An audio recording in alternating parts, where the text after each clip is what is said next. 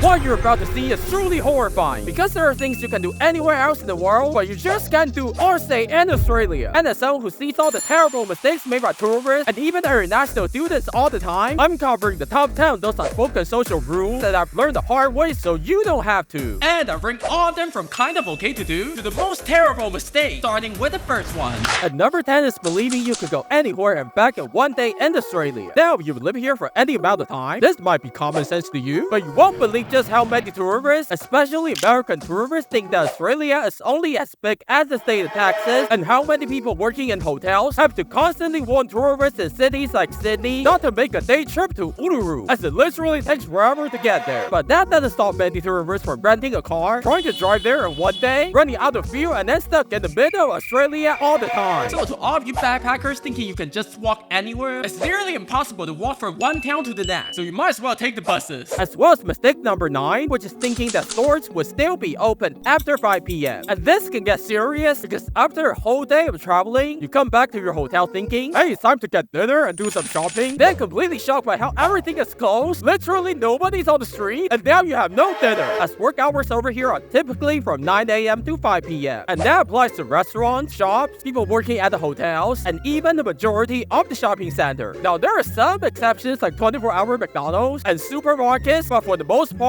that's simply not the case, because Australians want every worker to spend time with their family at the end of the day. And sometimes they say they open till 5 p.m, but they close at around 4. So if you really need something done, be sure to get there early. But not having dinner will not be as embarrassing as the next mistake on the list, which is mistake number 8, not having a summary of your life story ready when people ask you how's it going. Now, if you're from any of the Western countries, you may think something like, how are you doing? How's your day? It's only a way for people to pretend to be nice to you, and they have absolutely no interest in getting to know about your life. But in the loving country of Australia, especially if you're anywhere outside of the big cities and places like a local cafe or a small restaurant not so busy, they actually might want to know you, and it's really not polite to throw a lazy reply in their face like, nah, not bad, still live. So it's often recommended to have a good story to tell when they look like they want to hear more. Someone said I went to a cafe in a small town in Australia and ended up having a 2-hour full-blown conversation. Is that true? But what's totally true is you don't want to make mistake number 7, that is standing on the wrong side of the escalator. As just like many other countries, Australia loves to keep one side of the escalator free in case anyone is in a hurry. And one of the worst things you should never do is to stand in the middle and block everyone, as well as suddenly stop walking for no reason, especially at the top, because it can get pretty dangerous. So in most cases, you'll find people standing on the left side and walk on the right side, which I heard is also the case in New Zealand, Singapore, and Malaysia. But also a quick note here on how tricky of the issue jaywalking is in Australia, as some people say it's illegal, while some say people do it all the time. But drivers in Australia universally hate when pedestrians come out of nowhere and try to do that. So that's another thing to keep in mind. A little off topic, but have you guys ever seen any vending machines around in Australia? Because coming here from Japan and Singapore, we basically have more vending machines than humans. I'm a little shocked.